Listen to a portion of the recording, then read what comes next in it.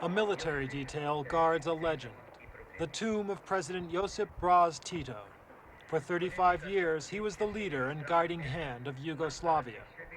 It's a year since his death, yet his shadow remains over the country. His portrait stares out from walls and book covers. For Yugoslavs, the death of Tito was a watershed. By young and old, he was genuinely admired and respected. At his funeral, thousands came to pay their last respects. Many feared that the death of Tito would lead to the breakup of their nation. In many ways, Tito was the architect of modern Yugoslavia, the one figure with the prestige and charisma to unite a nation of diverse cultures and peoples. But aside from unity, he gave his country independence and pride. The new leaders of Yugoslavia are the heirs of Titoism.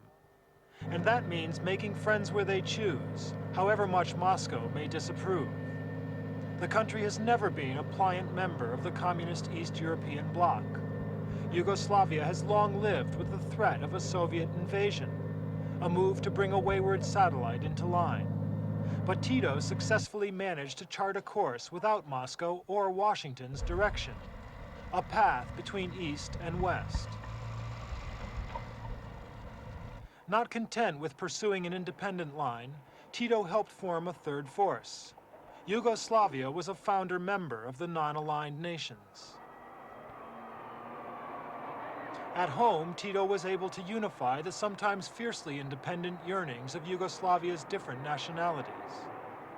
A structure of government was designed to give the maximum degree of autonomy to the various ethnic groups. It's an intricate structure where power is balanced between the 6 republics and 2 autonomous provinces that make up the country. The federal government in Belgrade has very little influence over internal policies. That's unusually flexible for a communist state, but Tito drew limits, insisting that Yugoslavia could not afford a multi-party system. He argued that parties would divide the country on ethnic, national, and even religious lines. Most importantly, Tito never groomed a successor. In his wake, Yugoslavia is governed by committee. A presidium shares the decision-making responsibility. These men appear to be anxious to keep the cult of Tito alive. Criticism of Tito is denounced. For the moment, the regime needs the Tito legend too much to permit any public expression of skepticism. The emphasis since his death has been on stability and continuity. So far, Tito's basic policy line remains unchanged. Leaders like Romanian President Nicolae Ceausescu are welcome to show that there is no deviation from the independent foreign policy pursued by Tito.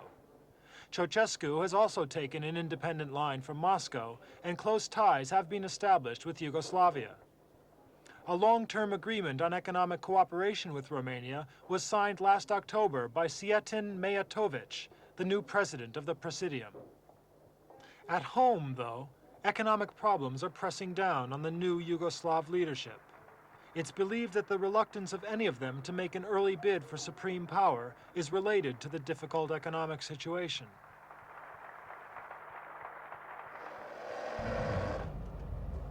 Titoism imposed a unique economic structure on Yugoslavia.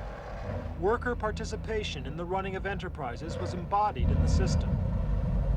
In theory, individual industrial units are required to be profitable and to compete with imports. The system was dubbed market socialism. According to Yugoslav theory, the state should take a back seat and allow decisions to be taken between managers and labor. The workers share in managing their enterprises through the workers' councils. Although this is very democratic, it's being criticized as cumbersome, slowing down decision-making. A possibly inevitable result of letting everyone have their say. Critics claim that although Yugoslavia invented market socialism, they then forgot to put it into practice. It's claimed that some plants are overmanned and others uncompetitive. In defense, Yugoslavia can point to a real growth rate of around 6% a year, rising productivity, and low absenteeism in its factories. A real problem is the country's dependence on Western imports to keep its factories working. Not only raw materials, but finished goods and modern know-how. Today, the country has a massive trade deficit, some 18 billion American dollars. To get the deficit down means austerity and controls on government spending. Such moves will not be popular. The Yugoslav government has invested massive sums in areas such as housing. So much money has gone on public investment that the country's growth rate last year was not accompanied by a rise in living standards. Yugoslav unions claim that real incomes in fact fell by 7% during 1980. That's a heavy blow in a country whose citizens have grown used to enjoying material prosperity. Car ownership is higher than in any other communist country. The provision of such consumer items has ranked high in Yugoslav priorities. Belgrade's sidewalk cafes and fashionable restaurants are frequented by young Yugoslavs wearing the latest Western fashions.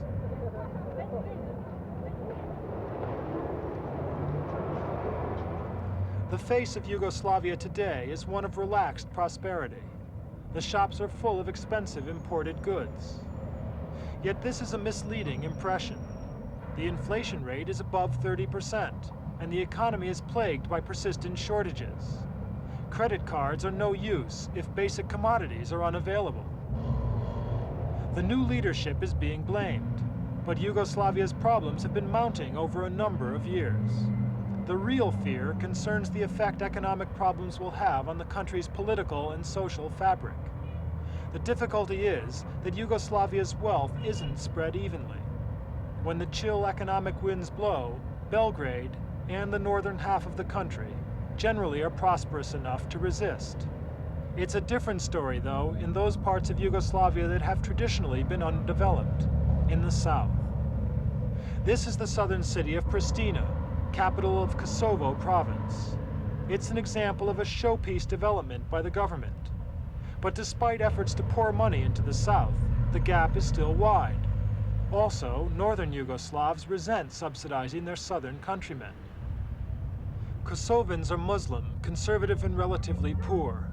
They're a prime example of Yugoslavia's diversity, for these are mainly ethnic Albanians. There are over 1 million Albanians here, half as many as in Albania itself. At the moment, they don't want to secede from Yugoslavia, but they do have many complaints. Only 1 in 8 has a job. In March, discontent boiled over.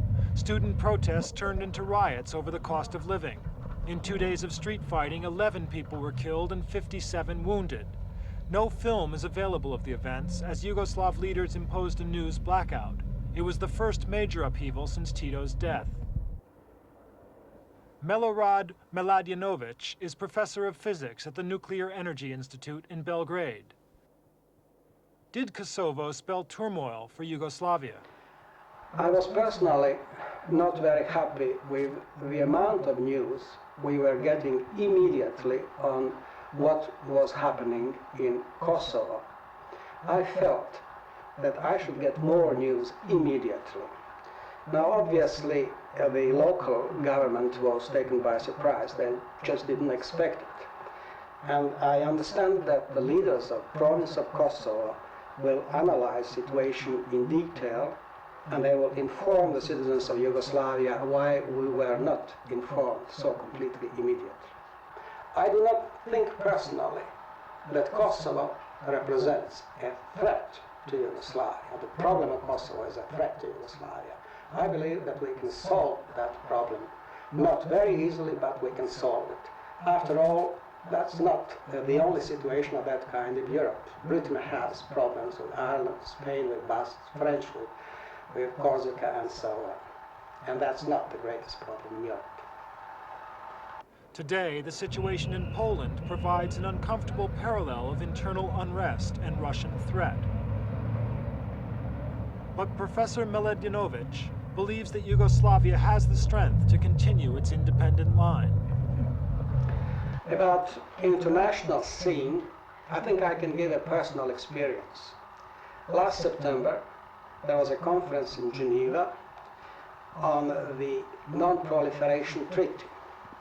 The members of the Nuclear Non-Proliferation Treaty convened to discuss how the treaty was implemented during last 5 years. Now, the implementation was not really very good, so the conference was a very, very difficult one.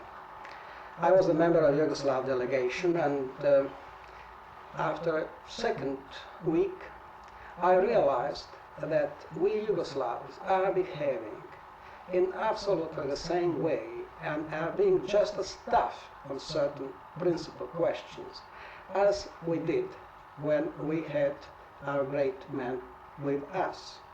So I expressed my feelings to my colleagues from other delegations when I said it's a challenge and fun to be a Yugoslav now. Despite Professor Mladenović's optimism, many Yugoslavs are dismayed by their country's mounting problems. The pilgrimage to Tito's tomb has been made by over 3 million of his countrymen. Some already look back to the Tito era as a golden age of prosperity. Yet his memory can be a positive influence in Yugoslavia today. This man, a traffic controller, told us why. Pa znate kako, ja mislim da taj nedostatak, čini mi se po mom mišljenju, nikada ne možemo zaboraviti. Mislim, ne možemo nadoknaditi što se tiče njegove. There is no more Tito, he explained, but he is present with us. He left us the achievements of his struggle, and they cannot be wiped out. If we work the way he told us to, then our future will be assured, as if he were with us. Što je on stekao zajedno sa nama.